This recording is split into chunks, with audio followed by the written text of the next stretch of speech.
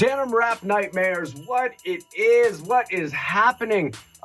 First of all, shout out and thank you for your support. And secondly, I want to tell the people about Public Domain, their next favorite adult animated sitcom that you're going to love more than any animated show you've ever seen before, because you've already seen these characters before. These characters exist in a world where they've passed up their copyright, and now they're free to use for me in the public domain, and we're going to do it, and we're going to voice them by a bunch of supernatural characters, and it's going to be your favorite show. Now, we need your help to make this show because we can't do it by ourselves, and the executives are sitting on their asses, so go to our Indiegogo campaign. You'll find it down here, over there, or up there. I'm not really sure. It will be somewhere. Check it out. Donate a little bit, donate a lot. We got some great Christmas perks, including a naughty Santa card of me that involves, well, naughty things. So check us out, support us if you can. If you can't support us, thanks. Share us, like us, subscribe us, all the things that make online campaigns successful so you can have the next greatest adult animated TV show. Welcome to Denim Wrapped Nightmares, Tipsy Exchange podcast, where we explore the supernatural series, episode by episode. Over drinks, we'll discuss the lore, the gore, and what we adore about the Winchesters and their adventures. I'm Berly, and I'm a new fan of the series. I'm LA, and I'm here along for the ride. Now let's get tipsy. Hello, LA. Hello, Berly. On our last episode, it was called Hammer of the Gods. Sam and Dean were kidnapped by a group of gods, including Kali, Ganesh, and Balder. They were held hostage in a swanky hotel. And the gods wanted to use Sam and Dean as a bargaining chip to stop the apocalypse, but Gabriel showed up. And he tried to warn them that if Lucifer found them, he would kill them all. But they went ahead with it anyway. Well, unfortunately, one of the gods actually turned on the other ones and had Lucifer come and show up. And lo and behold, he did kind of kill everyone except for like one of the gods. Yeah. It got away. Callie got away. Yeah. I'm devastated. I'm still upset. And he killed Gabriel. I forgot about that. Yeah, he fucking did. He fucking did, LA. Yeah, sorry. God. Season 9. I mean, at least you know he's not gone forever. God. Something to look forward to. Fucking bullshit. I totally thought Raphael was going to show up at the end of that episode. What? And help Gabriel. Oh, you did mention that, yeah. Yeah, I think I mentioned it when we were watching it. I don't remember if I brought it up when we were recording it. I 100% thought Raphael was going to show up. Yeah. He fucking didn't. So now I'm asking, where's Raphael? I know he's just tired and he just wants it all to be over. But like enough that you're going to sit aside and, well, I guess if he's willing to watch Michael and Lucifer kill each other, then... He's like, I'm out. Not my jam. Not my circus, not my monkey. He's supposed to... Not my monkey's not my circus. I don't know. He's the healing one, though. He's taking a break. He's on vacay. Apparently. He's still at that abandoned house in that holy fire ring. Yeah, there you go. They didn't turn on the sprinklers for him. They only did that for Gabriel. Yikes. Oh, man. Well, speaking of someone we haven't seen in a while, let's move on to today's episode, titled The Devil You Know. It's the 20th episode of Season 5 and originally aired on April 29th, 2010. The episode opens up. We're in a lab, and they're saying things are getting rushed, and we're already going to people testing. They're talking about profit margins and money grabs and vaccine. And if it was really about helping people, you'd be giving it away for free. We should still be doing animal testing. It's all rushed. It's all bad. But this janitor is sweeping and he turns around and says, I'm actually part of the experiment. And he pulls out a syringe and stabs one of the two gentlemen in the neck. The other man is like, what the hell, man? What's going on? And the janitor's like, oh, don't worry. You're part of the experiment, too. It's okay. So then this evil janitor man abandons his mopping duty. Not a good guy. And he runs out the door and he slams it shut and he smashes the little electrical panel that you would have needed to be able to open the door. So the two guys inside are fucked with the abandoned mop job. The one guy is banging on the window, being like, oh, what's going on? And then the other guy stands up and he looks devious. It's Croatoan Man, which what happened to all those other people from the Croatoan episode? I don't know. This company came and picked them up. I guess so, yeah. That's part of their people testing that they're doing too soon. Sure. The two scientist guys just didn't realize that they started this testing way back in season 2, man. You think it's been rushed? It's actually been incredibly drawn out. You're behind. Get with it.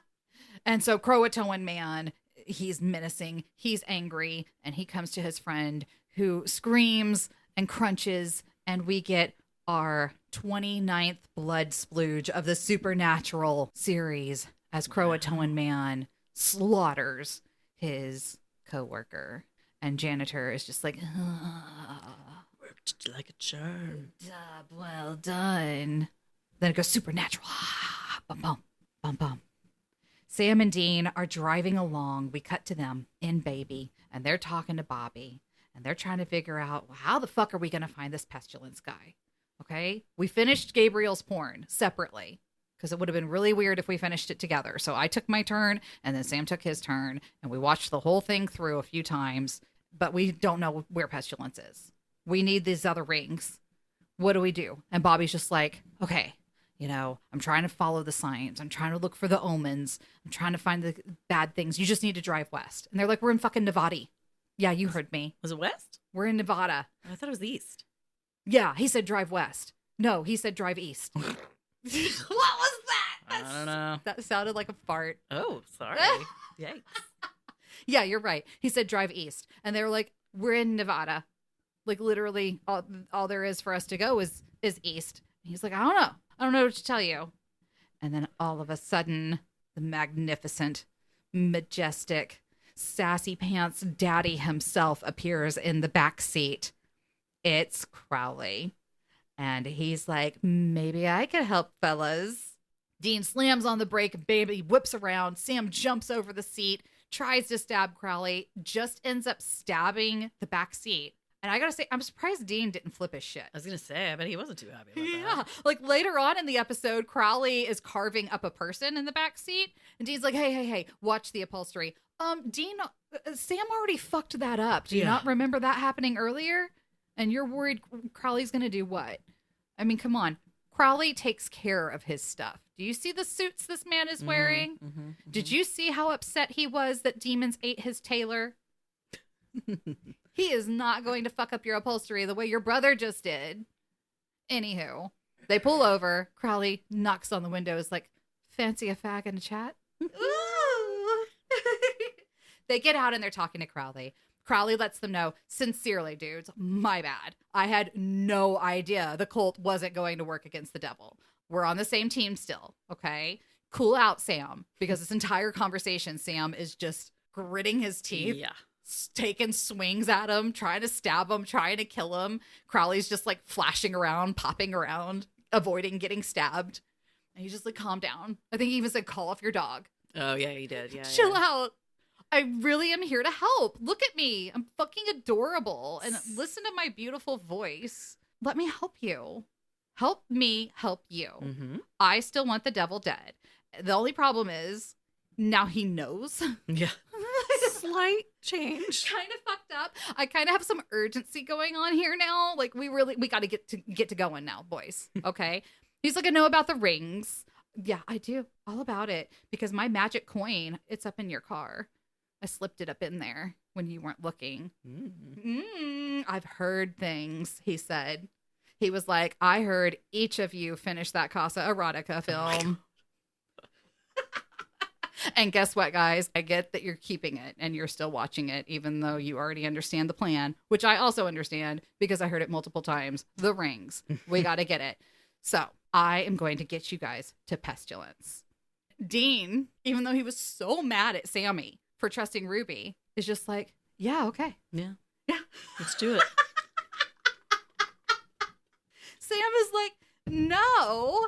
And Dean's like, I don't know. He's fucking adorable. I trust him. You hear that voice?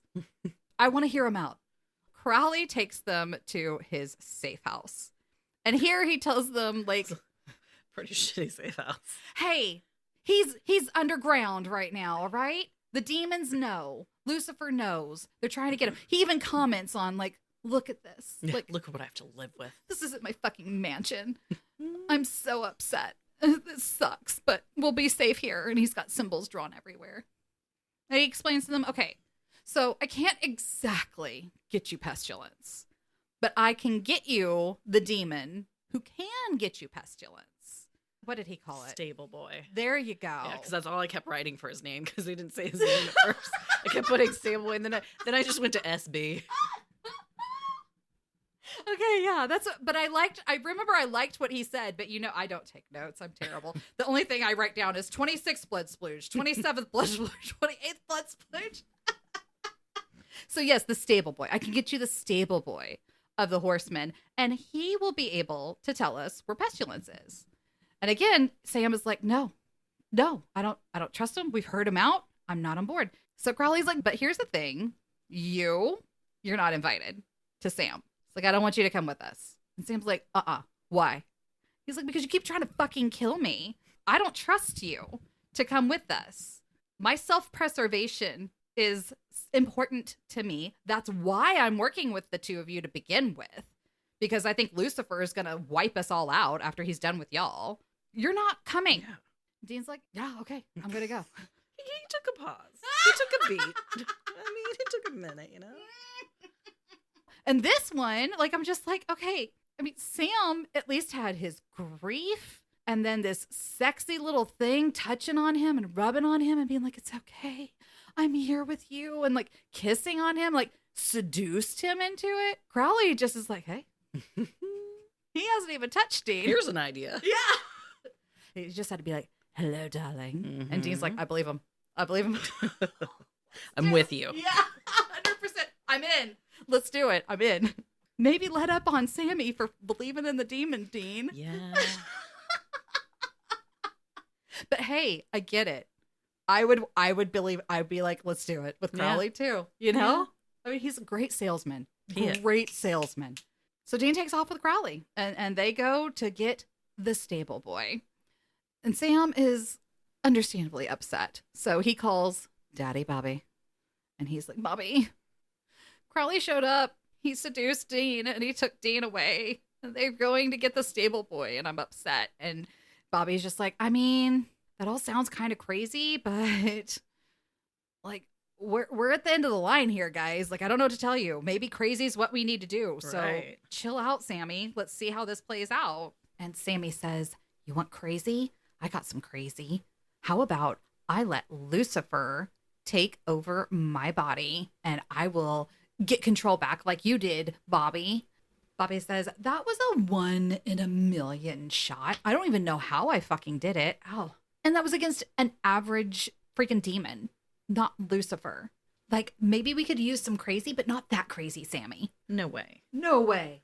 While this is happening, we get a look at Mr. Stableboy. He is running a conference meeting. He is like humans, animals, vaccine. You better have the efficiency of a better person. And he yells at everybody. And then he goes to his office. The guy that he yelled at the most comes to his office and is like, hi, Mr. Brady. So I have a question. This guy called him Mr. Brady. Oh, did he? Yeah. I missed that. This guy called him Mr. Brady. Mm. And then later, Sam just calls him Brady. Now, I know there are people who go by their last name. Right. But was he Brady? No, I bet it was his last name. He's like a Chad. I bet his first name's Chad. Mm-hmm. Who's Chad Brady? Yeah, I bet you're right. Yeah. So Mr. Brady is like, oh, yeah, don't worry about it. Sorry that I was yelling at you and being a complete dick in that meeting. But yeah, I think you'd be perfect for this particular position in communications. It's a real cutthroat role. And then he slits his throat. So funny. This guy's a douchebag. Yeah. Already. He was already yelling at people and he's acting all douchey, cracking himself up at his own puns before he murders somebody. Yeah. It was a good villain. I didn't like him right away, you know? No. And the actor did it well. He did really good. Yeah, I liked it. He had the little cauldron mug thing that Meg had all the way back in season 2 or whatever it was. I think it was season 2. Maybe it was season 1. Was it that far back? Maybe. Where we first saw her with the cauldron? Yeah, maybe. Yeah, and the van with the guy. Yeah. That guy from Croatoan had it too. So I think it was season 1 all the way back then. Anyway, so Brady gets his little cauldron. He slit the guy's throat with a straight razor and is dumping the guy's blood in the neck and like tosses him aside whenever he's done. I just said he's dumping his blood in his neck. Other way around. Dumping the blood in the cauldron from his neck. There you go. And he tosses the body aside, and some other guy comes in and is dragging the body out, and he has black eyes. So it's like, oh, okay. If you didn't realize it from the murder and the cauldron and the blood, now we know. It's cleared up now. Demons. Yeah. Brady sits down. I liked this little call scene between him and Pestilence. It was very cool. So the light starts flashing, and what are they called? Little kinetic? Isn't it kinetic? Yeah. Where they move, like you drop one, and then it makes one, like that thing started going off, and then the blood in the cauldron boiled and a fly came out. Gross. I know, but it was nice. I thought it was a nice touch. We knew we can't hear him, and he never said, "Hey, Pestilence, what's up?" Right. But we knew right away who he was talking to because of that. And I also thought it was a nice touch that Pestilence was demeaning him and yelling at him, saying the same things that he had just said in the boardroom. Right. Turn his words on him. Yeah, it's that whole who kicked the cat scenario. So Pestilence is basically telling him, you need to get this shit out sooner. We need to get everybody infected and get everyone sick sooner. As they let us know at the beginning of the episode, it's not actually a vaccine that they're working on getting distributed. It's actually the virus that they're going to be distributing to everybody under the facade that it's a vaccine for swine flu. Not good. Dean and Crowley arrive on the scene. They are outside of the, what was it, Nexius? Was it? Was that the name of the company? It doesn't matter. Yeah. The pharmaceutical company that Brady, the douchebag, works at. And Dean's looking through his binoculars, scoping the place out. He's like, first floor, demons. I'm calling it, those are demons. And Crowley's just like, no, those are human shields. All of the demons are on the 12th floor, but nice try. And Dean is just like, I don't know how we're going to get in there. And Crowley just says, you humans always complicate things. And he disappears. And Dean is just like, what the fuck? He looks over and puts up his binoculars again. And Crowley is suddenly inside, just doing a little finger wave to him. I know, I thought that was funny. It's like, hey, with a knife in his hand, like under his thumb, just kind of waving, and then just smiling as he pulls back the hair of the security guard and slits his throat. It's so funny how we just watched Brady slit this guy's throat, and we're like, bad guy. I don't like him. And now we have this scene, and it's like Crowley slitting someone's throat. And I'm like, he's so delightful. He's just having such a good time. He's having so much fun with it. Don't you just love him? Dean is not happy, though. No. Dean is like, oh, fuck, and like jumps up out of the car, goes running inside. Actually, no, he runs up to the door. This cracked me up, and it's just like banging on. Yeah.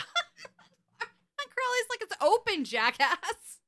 So Dean comes in and is just like, what the fuck, man? Like, you just killed 2 people. And Crowley says, don't get squeamish now. You've been murdering people left and right just because they had a demon in them. Like, come on. Yeah. Perspective, Dean. Get it together. We're on a mission and we're on a time clock, okay? Let's go. Stick to the plan. Just tell him what I told you to say. And he's shoving Dean in the elevator, and Dean is like, wait a minute. You're not coming with me? You're sending me up there alone? And Crowley goes, no way. I'm not going up there. It's dangerous. There's demons. How dare you? It was so good. It's so good. Dean goes upstairs, and Brady was on the phone, ends his call, uses his magic demon powers to open the door, and is like, oh, hey, Dean. Hey, Dean Winchester, why are you here? So Dean is trying to sell him, saying, I know what you want. People have told me, like, I know you want the rings. Mm-hmm. Wink. And like, I could get them to you. And Brady's just like, okay, how's your brother? Number 1. Oh, you're not going to tell me. Okay, we'll move on. Number 2, who told you I want the rings? And Dean just, his face, it's like you could see his eye twitch. Gossip, you know? He's trying so hard to like just stick to it. It's like, yeah, just, I heard. It's just People talk. The rumor mill. You know, I heard it on the grapevine. Brady finally goes, I don't want the rings, but I wouldn't mind fucking you up. Ooh. So thanks for coming by. And I'm down to tear you a new one. So Brady just starts beating the shit out of Dean. Yeah. Like, didn't he throw him through the doors and everything? Mm-hmm. Dean had like blood gushing out of his head, Brady was not fucking around. He was enjoying himself. Dean like runs and gets in the elevator and is going down. And I even said to LA at that point, I was like, he's a demon. What are you running from? Right. This is sure enough. Yeah. Brady appears in the elevator behind him as he steps out on the first floor. But who was on the first floor? Mr. Crowley. Waiting. And man, this was a little brutal. At Mark Shepard's performance of it, I mean, was that a real person or was that a mannequin? Because it seemed like he had some real force behind that. Yeah.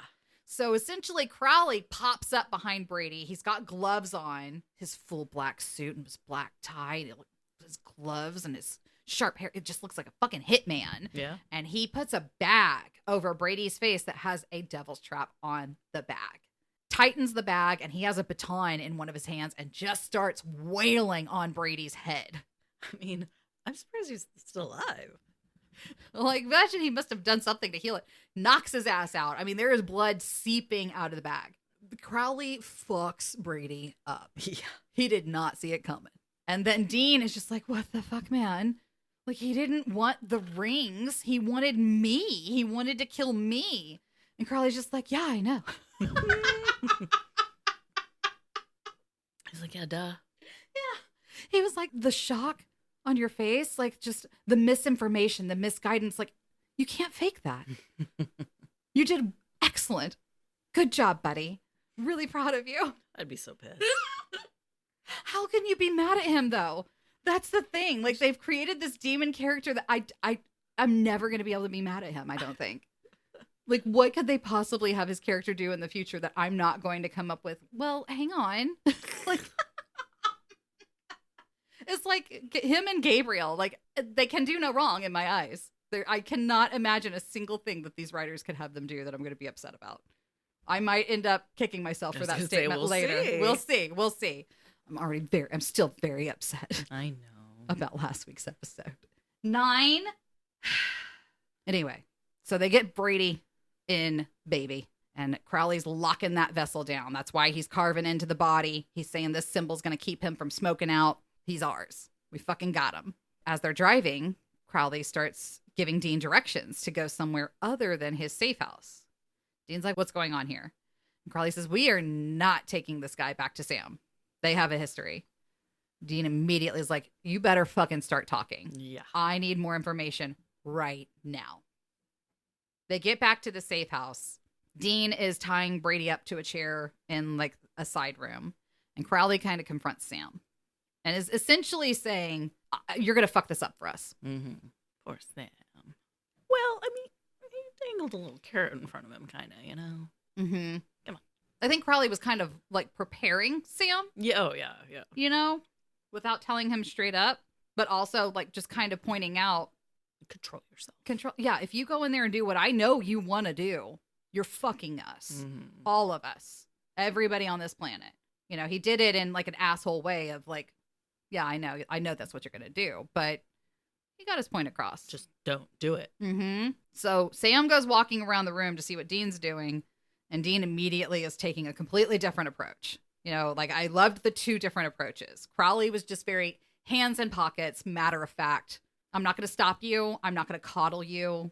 I'm just telling you, yeah, that's how it is. Yeah. And then Dean being very, Sam, now Sam. Kid gloves. Yeah, the kid gloves with Dean, trying to, okay, calm down.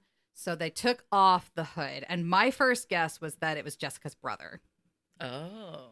That's what I thought. Mm-hmm. I was like, oh, it's going to be Jessica's brother or something like that. But it turns out that Brady went to school with Sam. And he got possessed his sophomore year and became the friend that Sam tried to keep on the right track.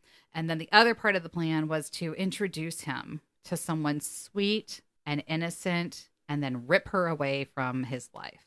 So Brady hand-selected Jessica for Sam and introduced the two of them, set them up.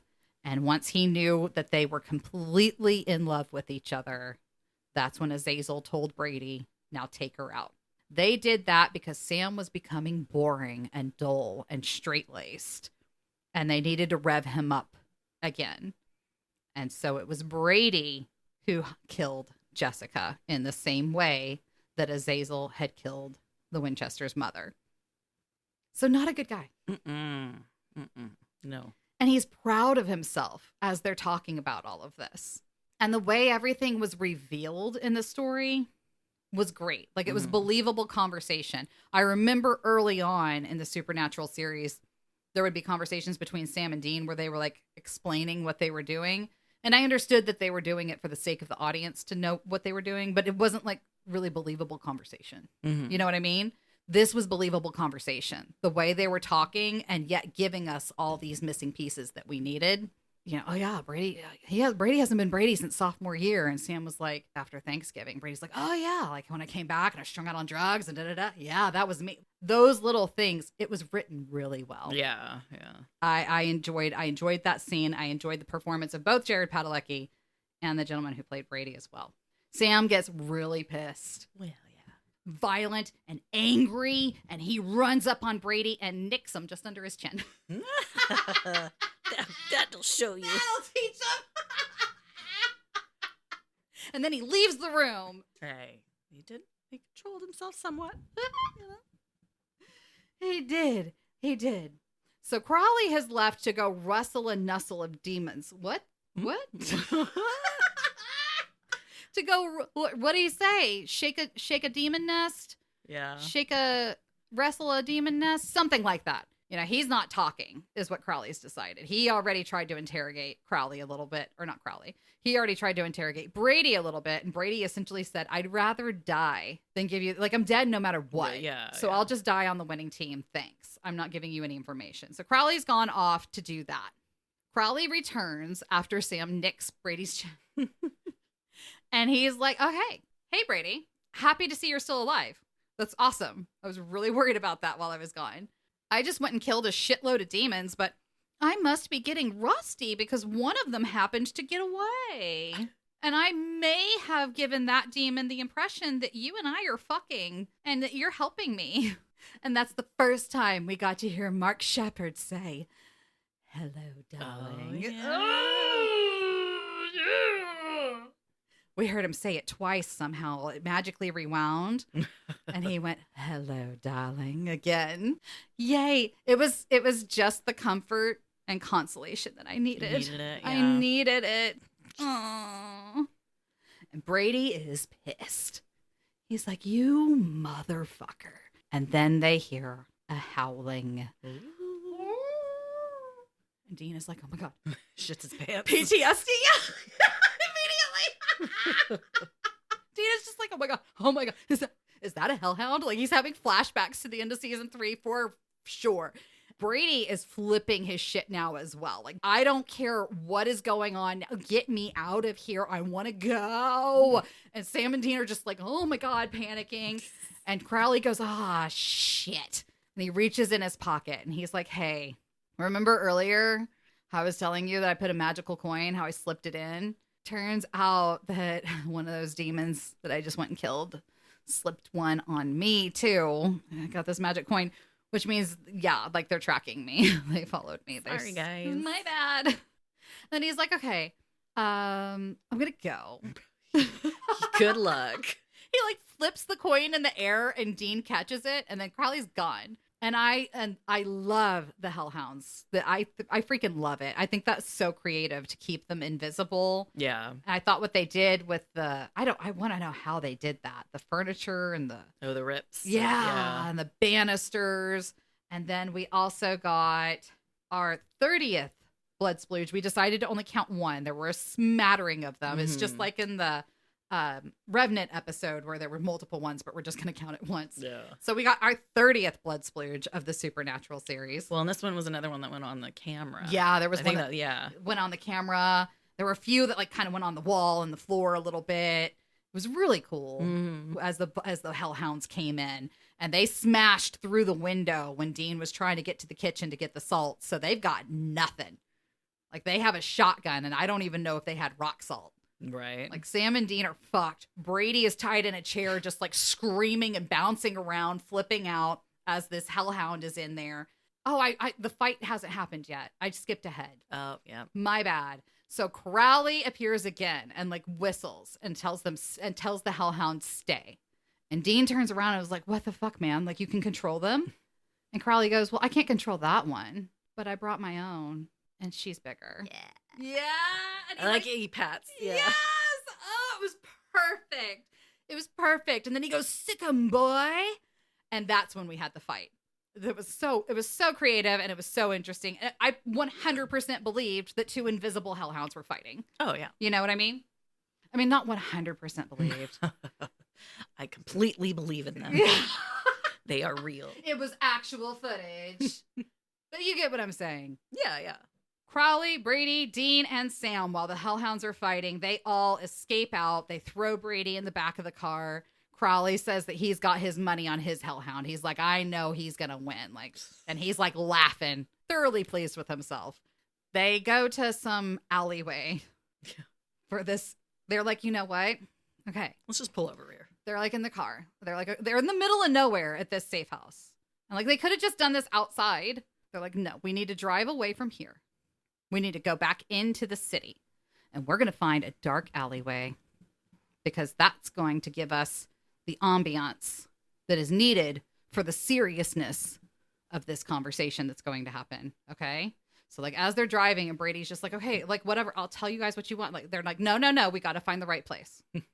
We got to find the right place. So they're driving around in the streets. This is all happening off camera, by the way, guys. Yeah, yeah. You know, this is just what you should assume is happening. So they're driving around and Crowley's like, ooh, what about there? And they're like, no, not there. Not feeling it. Not feeling that spot. And then they turn down another street and Sam goes, oh, there, that little alleyway. I love it. It's a dead end. Be perfect. And they're like, okay, yeah, you're right. That's it. That's the spot. That's where you should do this murder, Sam. And Sam's like, yeah, I agree. So they pull over and they go into the little alleyway. And Brady's all like, I'm still Mr. Douchey and I'm not going to help you. And then Crowley says, but we're going to do you a favor. And he just like winks at him. He's like, you know, you were worried about like living forever, being tortured forever. Like, it's not going to happen for you. Yeah. So you're welcome. And then he walks toward Dean and Dean stops where he's pouring the salt line and he pauses and allows Crowley to slide past him. Well, didn't he give him the location? Oh, yes. Brady you're right. Brady was not saying, oh, I'm not going to cooperate. He actually was like, I'm a bitch and I'm going to cooperate. Here is the location. I've written it down on this handy dandy little piece of paper. Here you go, Crowley. And so as Crowley slid by, he passed that off to Dean. And then Dean finished the salt line. And I liked the transition of the camera moving past Dean and then Crowley being gone by the time the camera came around. So now Brady's like, okay, like, what's going on? Oh, you're going to hurt me, Sam? Really? And Sam's just like, yeah. Yeah, I would too. We got what we needed from you. You don't want to be tortured by Lucifer because he believes that you're Crowley's lover now. And I don't want you to be alive anymore because you killed my girlfriend. So it's a win-win-win, Brady. All right? And then he stabs him. You think the episode's over. Like, right? I did. I shut my notes. I was ready. Totally thinking the episode's over. But then we cut to Bobby's. And he's on the phone getting the update. And it's just like, okay, great. Like, we know we're that's awesome. Great job, team. And as the camera's panning around, there's someone in an all-black suit standing in Bobby's kitchen. And he tells them, we got Pestilence, but we have one more horseman left. I'm a crossroads demon, man. I need somebody. Whatever you want, I can make it happen. But you have to give me your soul. That's my proposal, Bobby. Make a deal with me. You can ask for anything and everything up to and including the exact coordinates of death. What do you say? And Bobby says, I'm going to shoot you a few times. Yeah. And Crowley says, fuck, man, I loved this suit and I don't have a tailor right now. Oh, poor guy. Rude. But then the episode ends with him asking one last time. So what do you say? What's that wish going to be? What's it going to be? And it ended on a fucking cliffhanger. So we don't know if Bobby made a deal. No, to be seen. To be determined. It was written by, this is no surprise to me because it was fucking genius. It was written by Ben Edlund and directed by Robert Singer. No surprises there. Loved it. Yeah. Loved this episode. It felt short, but it wasn't. And that's just because the pacing was perfect. The snappy line delivery from everybody was perfect. The villain was douchebaggery perfect. It just so good. All right. So gore, we had 2 blood splooges, lots of throats getting cut. Yeah. It was done really well, though. I enjoyed it all. And like I said, I loved the cauldron scene. Like, I thought that was done good. Like, it's something we've seen before, but they put a twist to it, you know? So it's not getting stale. So I thought the gore, just like last week's episode, there was a lot more gore than we've seen in a lot of episodes. Yeah, that's true. So I thoroughly enjoyed the gore. And it wasn't overkill. No, you know? no, not at all. No. It was really good. What did you adore? We'll see Mr. Crowley back. Yeah, Mark Shepard. Mark, Yes. This was his episode. Oh, yeah. He killed it. I was honestly starting to think we weren't going to see him again until next season.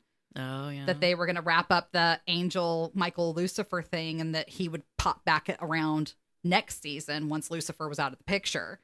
I was not expecting to see him again this season. Yeah. So that was a pleasant surprise for me. Yeah, I mean, he's always good. Oh, so good. I say he's always good. This is the second episode I've seen him in, but he was good in both. He is wonderful in both, and I can't wait to see him again. How many episodes? We're on 20, so there's 2 episodes left. He's going to be in at least one of them. Yeah. So we're going to get some more Mark Shepard. Hello, darling. All right. Well, what about lore? Okay.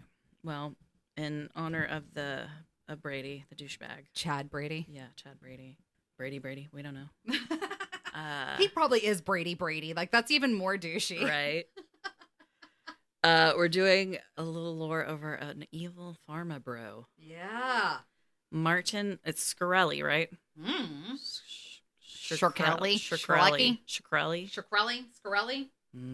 Martin Shkreli is an American financial criminal and businessman. He is the co-founder of the hedge funds Elia Capital, MSBM Capital Management, and MSBM Healthcare, the co-founder and former CEO of pharmaceutical firms Retrofin and Turing Pharmaceuticals, and the former CEO of startup software company Godel Systems. In 2015, Evil pharma bro. Yeah, was widely criticized when Turing obtained the manufacturing license for the anti-parasitic drug Daraprim and raised its price by 5,455%. Yeah. So that's from $1,350 to $750 per pill. Yeah. People fucking died. Yeah. What a piece of shit. The BBC once called Martin Shkreli a self-proclaimed pharma boy, the most hated man in America. Pharma bro. What did I say? Boy. Did I? Yeah. I read it as bro. I hate it when that happens. Okay, well, sorry. Well, he's kind of a pharma boy. Yeah, too. he is. Little baby boy. Little baby. Spoiled brat. In 2017, he was invited to the university by the Princeton Corporate Finance Club. He was originally invited to speak at Princeton earlier that year by the Princeton Entrepreneurship Club, but the group canceled his speech. In a statement on Facebook, Entrepreneurship Club officials said that they canceled because of his acts of sexual harassment and atrocious comments on Twitter. Shkreli joined a Facebook group aimed at Princeton students, and he was banned shortly thereafter for making insulting comments. Online campus publication The Tab Princeton reported. He said, "What do they even teach at this educational institution? Y'all learn anything recently? Bet you cowards don't even smoke crack." Lovely. Scroogey, his famously caustic personality was absent at the event, replaced with a very technical, erudite discussion of drug pricing and policy, although he did engage with one student journalist who asked him a question. And he said, "You should know that I hate media. I barely listen to your question." Great engagement. That was a really good experience for that student. Okay, so here are some of other prize things he said at this day at Princeton. Or he had to say at Princeton, I'm sorry. A lot of people think that I just woke up one day and decided to be the world's worst person, and that I fell on my head as an infant, and that I strangle kittens in my spare time. He probably does. Yeah. He claimed that he is not evil and that his exclusive goal is to make profits. But he's not evil. Right, yeah. That's his exclusive goal. Mhm. You're in healthcare, and your exclusive goal Yeah. is to make profits. Mm-hmm. Healthcare spending should be high as long as society cares about health. Oh, yeah. I don't think that's how that should work. If something's providing you with this enormous value that's saving your life, it should be expensive. The more utility something provides you, the more expensive something should be. Yeah. How dare you think you have a right to live? Yeah. What you might need Wrong with you to live. High drug prices allow Shkreli, I don't know, to spend more on research and development for new treatments, he said. He is currently developing medicines for rare diseases that most major drug companies would not pay attention to since the market is too small. So one of his companies is making a drug for 400 patients. There are only 400 patients who have the illness, and the only way to break even on that would be to charge an enormous amount per patient. Of course. Yeah, sure. Naturally. Oh my God. It just makes me mad reading through it. I know. He's Just a like shit. shitty person.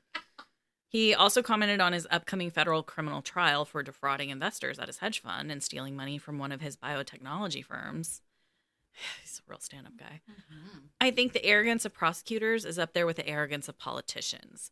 What you'll find in my case, what you'll find is there are no victims. Mm. He remained defiant and claimed that he would be found innocent at trial. He said, I have a lot of hope. If it were legal for me to bet on it, I would. He was sentenced to 7 years imprisonment for committing securities fraud and securities fraud conspiracy, to be followed by 3 years supervised release, and was ordered to pay a $75,000 fine and $7.3 million in forfeiture. The government seized treasures like the Once Upon a Time Shaolin album by the Wu-Tang Clan. So in the end, he's just like a real fucking piece of shit. Good job. Wow. And it was a good villain. He was I read this before. Obviously, we watched the thing, and so like when we were watching, I was like, he is doing a really good job. He was being a doing really jerk. good. Yeah, he did really good. He was more likable than the real pharma bro, though. Yeah. Well, yeah. The supernatural pharma bro was more likable, and he was a straight up fucking demon. Right.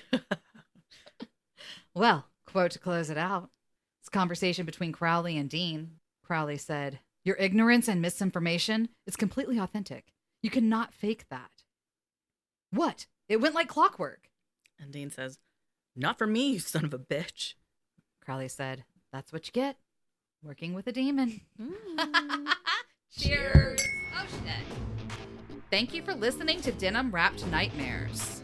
Follow us on Twitter or Instagram, leave a review, and let us know how we can get involved in the fandom. This was fun. Jerk. It always is, bitch.